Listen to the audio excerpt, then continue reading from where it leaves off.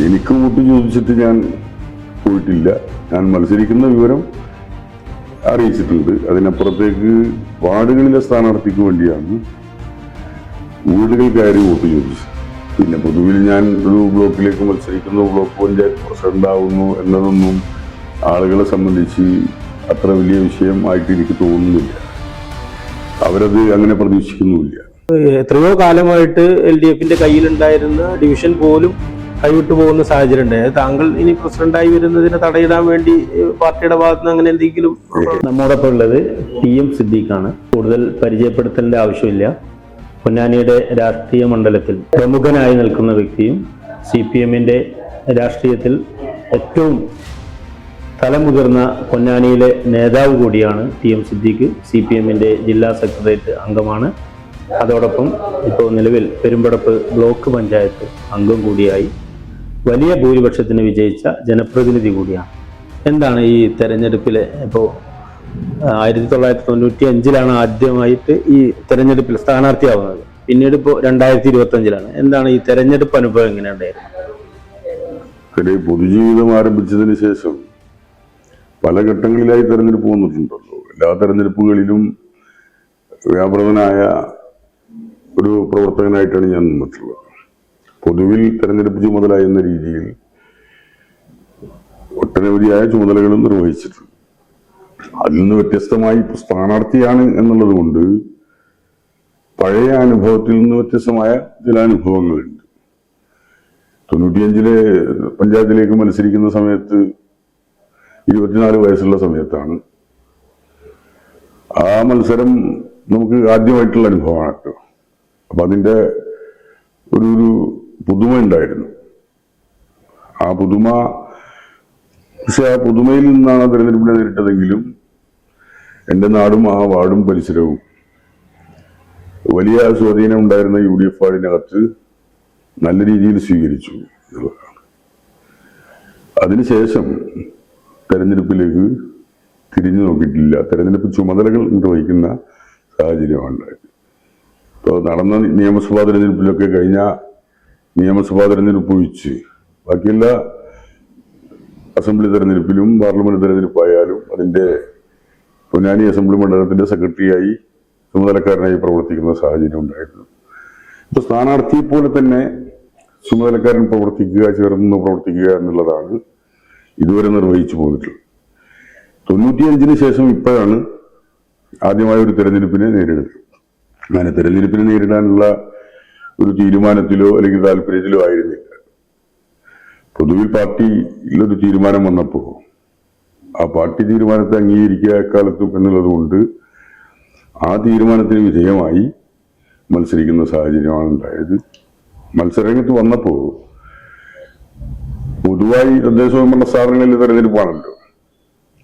ആ തെരഞ്ഞെടുപ്പിൽ സ്ഥാനാർത്ഥികൾ ധാരാളമാണ്. ഇപ്പോൾ ഒരു ഡിവിഷനകത്ത് 7 വാർഡാണ്. സ്ഥാനാർത്ഥികൾ ധാരാളം ഉണ്ടാകുമ്പോൾ എതിർപക്ഷത്ത് നിൽക്കുന്ന സ്ഥാനാർത്ഥിക്കെതിരായിട്ടാണല്ലോ നമ്മൾ പ്രവർത്തിക്കുന്നത്. അപ്പോ എനിക്ക് വോട്ട് ചോദിച്ചിട്ട് ഞാൻ പോയിട്ടില്ല. ഞാൻ മത്സരിക്കുന്ന വിവരം അറിയിച്ചിട്ടുണ്ട്. അതിനപ്പുറത്തേക്ക് വാർഡുകളിലെ സ്ഥാനാർത്ഥിക്ക് വേണ്ടിയാണ് വീടുകൾ കയറി വോട്ട് ചോദിച്ചത്.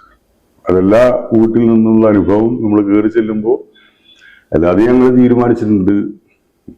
TMന്റെ കാര്യം പറയണ്ട, അല്ലത് പറയാനല്ല ഞാൻ വാർഡിലെ സ്ഥാനാർത്ഥിക്ക് വേണ്ടിയാണ് വന്നത് എന്ന അനുഭവമാണ് ഉണ്ടായിട്ടുള്ളത്. പൊതുവിൽ നാട് സ്വീകരിച്ചു എന്നുള്ളതാണ് എനിക്ക് തോന്നുന്നത്. പിന്നെ 2 മുന്നണികൾ മത്സരിക്കുമ്പോൾ ആ മുന്നണികളുടേതായ രാഷ്ട്രീയ വോട്ടുകൾ ഉണ്ടാവും.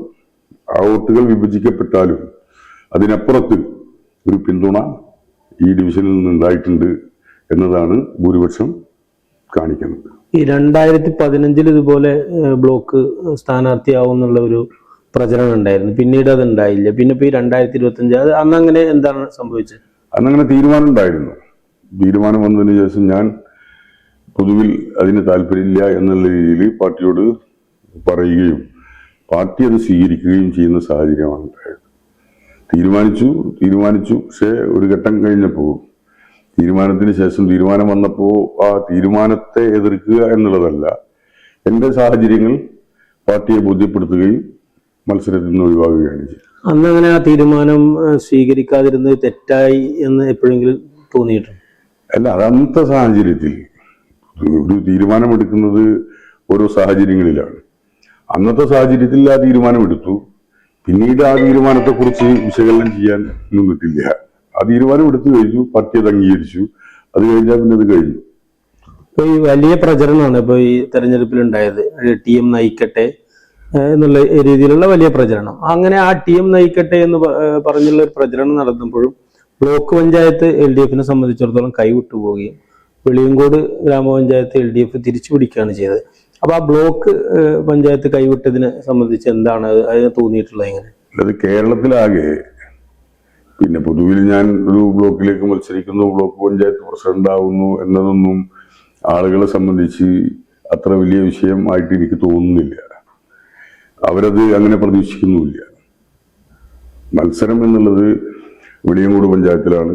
ഞാൻ മത്സര രംഗത്തിറങ്ങി പ്രഖ്യാപിക്കുമ്പോൾ തന്നെ പറഞ്ഞത് വെളിയങ്കോട് പഞ്ചായത്ത് തിരിച്ചു പിടിക്കണം. 16 വർഷമായി ജനങ്ങൾക്ക് ഉപകാരപ്രദമല്ലാത്ത രീതിയിൽ എല്ലാ പദ്ധതികളെയും നിരാകരിക്കുകയോ അല്ലെങ്കിൽ നിരസത്തോടുകൂടി കാണുകയോ ചെയ്യുന്ന ഒരു ഭരണസമിതിയായിരുന്നു. അപ്പൊ അതിനെതിരായി ജനങ്ങൾ ചിന്തിക്കുന്നുണ്ട്. ആ ജനങ്ങളുടെ ചിന്തയെ കൂടുതൽ അഡ്രസ് ചെയ്യാൻ കഴിയുന്ന രീതിയിലേക്കാണ് മത്സരം നടത്തിയത്. അതിൽ വെളിയങ്കോട് പഞ്ചായത്ത് ഇപ്പോ ഇടതുപക്ഷത്തിന്റെ ആണ് അതിൽ ഭൂരിപക്ഷം വന്നത്. പക്ഷെ 1-2 വാർഡുകൾ പോയത് ഒരു 3 വാർഡെങ്കിലും ചെറിയ വോട്ടുകൾക്കാണ് നഷ്ടപ്പെട്ടത്. അതല്ലെങ്കിൽ നല്ല ഭൂരിപക്ഷത്തോടു കൂടി ഭരിക്കാൻ കഴിയും. ഇപ്പോൾ LDFന് ഭരണം കിട്ടുന്ന സാഹചര്യം ഉണ്ടായിട്ടുണ്ട്. ബ്ലോക്ക് പഞ്ചായത്ത് ഡിവിഷനുകളിൽ കേരളത്തിലാകെ ഇത്തരം സാഹചര്യങ്ങൾ ഉണ്ടായിട്ടുണ്ടല്ലോ. ഇപ്പോ വലതുപക്ഷ പ്രചരണം രാഷ്ട്രീയമായല്ലോ, ആശയപരമായോ രാഷ്ട്രീയമായോ വികസനപരമായോ ഏതെങ്കിലും തരത്തിലുള്ള പ്രചരണമല്ല അപ്പുറത്ത് നടത്തിയത്. മതചിഹ്നങ്ങളെ ഉപയോഗിച്ചുകൊണ്ട് വിശ്വാസത്തെ അല്ലെങ്കിൽ വിശ്വാസികളെ ചൂഷണം ചെയ്യുന്ന രീതിയിലേക്കാണ് ഈ പ്രചരണങ്ങൾ വന്നത്. അപ്പോൾ ഒരു പിന്നെ മതവിശ്വാസികളിൽ തന്നെ ചെറിയൊരു വിഭാഗമെങ്കിലും തെറ്റിദ്ധരിക്കാൻ പാകത്തിലേക്കുള്ള വർഗീയമായ പ്രചരണം നടത്തുകയും അതോടൊപ്പം തന്നെ ഒരു ഭാഗത്ത് BJPയുടെ സഹായം മേടിക്കുകയും മറുഭാഗത്ത് ജമാഅത്ത് ഇസ്ലാമിയുടെ ചേർത്ത് നിർത്തുകയും ചെയ്തിട്ടുള്ള ഒരു തെരഞ്ഞെടുപ്പായിരുന്നു. അപ്പോ വലതുപക്ഷത്തിന് രക്ഷപ്പെടണമെങ്കിൽ വിശ്വാസത്തെയോ അല്ലെങ്കിൽ മതചിഹ്നങ്ങളെയോ ഉപയോഗിക്കാതെ മാർഗമില്ല എന്ന രീതിയിലേക്ക് എത്തിയിട്ടുണ്ട് അവർ. അതിന്റെ ഭാഗമായി കേരളത്തിൽ പല സ്ഥലങ്ങളിലും പുറകോട്ട് പോകുന്ന സാഹചര്യം ഉണ്ടായി. അത് തന്നെയാണ് ഇപ്പോ വെളിയങ്കോട് മേഖലക്കകത്ത് നമ്മുടെ പിന്നെ ഈ ഏരിയയുടെ ഭാഗമായിട്ടുള്ള പെരുമ്പടപ്പിൽ ഒരു സീറ്റ്, നാറഞ്ചേരിയിൽ ഒരു സീറ്റ്, വെളിയങ്കോട് 2 ഡിവിഷൻ, അങ്ങനെ 4 ഡിവിഷനാണ് കിട്ടിയിട്ടുള്ളത് ഇടതുപക്ഷം. മറ്റു സ്ഥലങ്ങളിൽ അത് ഈ ഇത്തരം പ്രചരണങ്ങളുടെ ഭാഗമായി ഇവിടെ അത് പ്രതിരോധിക്കാൻ സാധിച്ചു. മറ്റു സ്ഥലങ്ങളിൽ ആ പ്രചരണം വീശിയിട്ടുണ്ടെന്നാണ് മനസ്സിലാക്കുന്നത്. CPMന്റെ ഒരു സംഘടനാപരമായിട്ടുള്ള ഒരു അപജയോ അല്ലെങ്കിൽ ഒരു ശ്രദ്ധയില്ലായ്മയോ അല്ലെങ്കിൽ LDFന്റെ ഒരു കെട്ടുറപ്പില്ലായ്മയോ ഈ പരാജയത്തെ ബാധിച്ചിട്ടില്ല എന്നാണ്. ഇടതുപക്ഷ ജനാധിപത്യ മുന്നണി കെട്ടുറപ്പോടുകൂടി തന്നെയാണ് മത്സരിച്ചത്. ഈ നന്നമുക്ക് പഞ്ചായത്തിലൊക്കെ അങ്ങനെ LDF രീതിയിലല്ല, അപൂർവം ചില സ്ഥലങ്ങളിൽ മാത്രം അത്തരം സാഹചര്യങ്ങൾ. അത് LDFന്റെ ആകെ പൊതുബോധത്തെയോ പൊതുമുന്നേറ്റത്തെയോ ബാധിക്കുന്ന രീതിയിലല്ല. ചില സ്ഥലങ്ങളിലെങ്കിലും അത്തരം സാഹചര്യങ്ങൾ ഉണ്ടായിട്ടുണ്ട്. പക്ഷെ ഇടതുപക്ഷ ജനാധിപത്യ മുന്നണി അതിന്റെ മണ്ഡലം എന്ന രീതിയിലേക്ക് കൃത്യമായ ധാരണയോട് ഐക്യത്തോടുകൂടിയാണ് പോയത്. ഇവിടെയൊക്കെ ആ മത്സരം അങ്ങനെ തന്നെയാണ് നടന്നിട്ടുള്ളത്. ഇപ്പൊ LDFന് ഒരു ആശ്വാസം എന്ന് പറയുന്നത് താങ്കൾ നേരത്തെ പറഞ്ഞതുപോലെ വെളിയങ്കോട് ഗ്രാമപഞ്ചായത്തിലെ ഡിവിഷനുകൾ കിട്ടി എന്ന് പറയാം. എരമംഗലം ഡിവിഷൻ നഷ്ടപ്പെട്ടപ്പോൾ പഴഞ്ഞി ഡിവിഷൻ കിട്ടി എന്ന് പറയാം. ഇപ്പൊ വെളിയങ്കോട് ഡിവിഷൻ വലിയ ഭൂരിപക്ഷത്തിന് താങ്കൾ വിജയിച്ചു. അതുപോലെ മാറഞ്ചേരിയിൽ LDFന്റെ ഡിവിഷൻ നിലനിർത്തി. പെരുമ്പടപ്പിലേക്ക് പോകുമ്പോൾ ഒരു ഡിവിഷൻ കൈവിട്ടുപോയി. ഇങ്ങനെയുള്ള സാഹചര്യങ്ങൾ. പക്ഷെ നന്നമുക്ക് ആലങ്കോടൊക്കെ ആകുമ്പോൾ എത്രയോ കാലമായിട്ട് LDFന്റെ കയ്യിലുണ്ടായിരുന്ന ഡിവിഷൻ പോലും കൈവിട്ടു പോകുന്ന സാഹചര്യം ഉണ്ടായത്. താങ്കൾ ഇനി പ്രസിഡന്റായി വരുന്നതിനെ തടയിടാൻ വേണ്ടി പാർട്ടിയുടെ ഭാഗത്തുനിന്ന് അങ്ങനെ എന്തെങ്കിലും ചിന്തിക്കേണ്ടതേ ഇല്ല. കാരണം പിന്നെ ബ്ലോക്ക് പഞ്ചായത്ത് പ്രസിഡന്റ് അല്ലെങ്കിൽ ഏതെങ്കിലും തരത്തിലുള്ള സ്ഥാനങ്ങൾ ഒരു സമരമുഖമായ തെരഞ്ഞെടുപ്പിനെ കാണുന്നത്. ആ സമരം ഏറ്റെടുത്തു, ആ സമരം വിജയിച്ചു. അതല്ലാതെ അതിന്റെ അപ്പുറത്ത് വിദൂര സാധ്യതകൾ പിന്നെ പോലും ഇല്ലാത്ത ചർച്ചയാണ് അത്തരത്തിൽ വരുന്നത്. അങ്ങനെ ഒരു ധാരണയും ഇല്ല. കാരണം അത് വലിയൊരു സംഭവമായിട്ട് ജീവിതാഭിലാഷമായിട്ട് കണ്ടൊരു സാധനം നല്ലത്. തെരഞ്ഞെടുപ്പിൽ മത്സരിക്കാൻ തീരുമാനിച്ചു, അത്ര മത്സരിച്ചു. ആ രീതിയിൽ ഓരോ പാർട്ടി സംഘടനയും തെരഞ്ഞെടുപ്പ് സംഘടനയും ആ തെരഞ്ഞെടുപ്പിനെ കൈകാര്യം ചെയ്തു. ഇപ്പൊ കേരളത്തിലാകെ പല സ്ഥലങ്ങളിലും ഇതുണ്ടായിട്ടുണ്ടല്ലോ. ആ സ്ഥലങ്ങളിലൊക്കെ നോക്കിയാൽ നമുക്ക് കാണാൻ കഴിയും എങ്ങനെയാണ് വലതുപക്ഷത്തിന്റെ വിജയം ഉണ്ടായിട്ടുള്ളത്. അത് വോട്ടിംഗ് പാറ്റേൺ എടുത്താൽ തന്നെ കൃത്യമായിട്ട് മനസ്സിലാക്കാൻ കഴിയും. ആ ചങ്ങരോളം മേഖലയിൽ 5 സീറ്റ് ഉണ്ടായിരുന്നു, 5 സീറ്റും പോയി. അതും അങ്ങനെ തന്നെ കാണണ്ടുള്ളൂ. അല്ലാതെ മറ്റു ഗൂഢലക്ഷ്യങ്ങളോ നിഗൂഢ ലക്ഷ്യങ്ങളോ ഒന്നും അതിനകത്തില്ല. അപ്പൊ താങ്കളുടെ വിജയം തന്നെ എടുത്ത് നോക്കാം. താങ്കൾ ഇപ്പൊ UDF ജയിച്ച വാർഡുകളിൽ ഉൾപ്പെടെ, പിന്നെ ഗ്രാമപഞ്ചായത്തിലേക്ക് UDF വിജയിച്ച വാർഡുകൾ ഉൾപ്പെടെ വലിയ ഭൂരിപക്ഷം താങ്കൾക്ക് ലഭിച്ചിട്ടുണ്ട്. പക്ഷേ താങ്കൾ ഒരു വാർഡിൽ മാത്രമാണ് പുറകിൽ പോയിട്ടുള്ളത്. അത് CPM-ന്റെ ഇപ്പോൾ വെളിയങ്കോട് ലോക്കൽ സെക്രട്ടറിയുടെ വീട് നിൽക്കുന്ന വാർഡാണ്. എന്താണ് അങ്ങനെ എന്തെങ്കിലും ഒരു സാഹചര്യങ്ങൾ എന്താണ് അതിൽ രാഷ്ട്രീയമായിട്ട്? ഇപ്പൊ അവിടെ 11 വോട്ടിനാണ് UDF-ന്റെ സ്ഥാനാർത്ഥി വിജയിച്ചത്. താങ്കൾ 85 വോട്ടിന്റെ പുറകിലുമാണ്. എന്താണ് അങ്ങനെയുള്ള ഒരു സാഹചര്യം വെളിയങ്കോട്? അങ്ങനെ ചില സ്ഥലങ്ങളിൽ അങ്ങനെ ഉണ്ടാവുന്നതിനെ വേറെ ദുരുദ്ദേശത്തോടുകൂടി കാണേണ്ടതില്ല. അത്തരം സാഹചര്യങ്ങൾ CPM-ന്റെ ലോക്കൽ കമ്മിറ്റി സെക്രട്ടറി ഉൾപ്പെടെയുള്ള ആളുകളാണല്ലോ ഈ തെരഞ്ഞെടുപ്പിനെ നയിച്ചിരുന്നത്. അപ്പൊ അത്തരം ദുസ്സൂചനകൾക്ക് സാധ്യതയില്ല. സാധ്യത ഉണ്ടാക്കാൻ ആരെങ്കിലും ശ്രമിക്കുന്നുണ്ടാവും. ആ ശ്രമം വെറുതെയാണ്. പിന്നെ എല്ലാ വാർഡിനകത്തും ഒരേപോലെ വരണമെന്ന് നമുക്ക് ചിന്തിക്കാൻ കഴിയില്ല. നമുക്ക് ആഗ്രഹിക്കാം, ചിന്തിക്കാൻ കഴിയില്ല. അവിടെ വ്യത്യസ്ത സാഹചര്യമുള്ള ഒരു പ്രദേശമാണ് ഈ മാട്ടുമ്മൽ പ്രദേശം. ഇപ്പൊ ഫാറൂഖിന് തന്നെ കൃത്യമായിട്ട് മനസ്സിലാവും ഏതൊക്കെ തരത്തിലുള്ള സ്വാധീനങ്ങൾ അവിടെ വരാൻ സാധ്യതയുണ്ടെന്ന് മനസ്സിലാവും. അതല്ലെങ്കിൽ 11 വോട്ടിനാണല്ലോ LDF സ്ഥാനാർത്ഥിയോടെ പരാജയപ്പെടുന്നത്. ആ 11 വോട്ട് എന്നത് കൃത്യമായി മനസ്സിലാക്കിയാൽ എങ്ങനെയാണത് വന്നതെന്ന് മനസ്സിലാവും നമുക്ക്.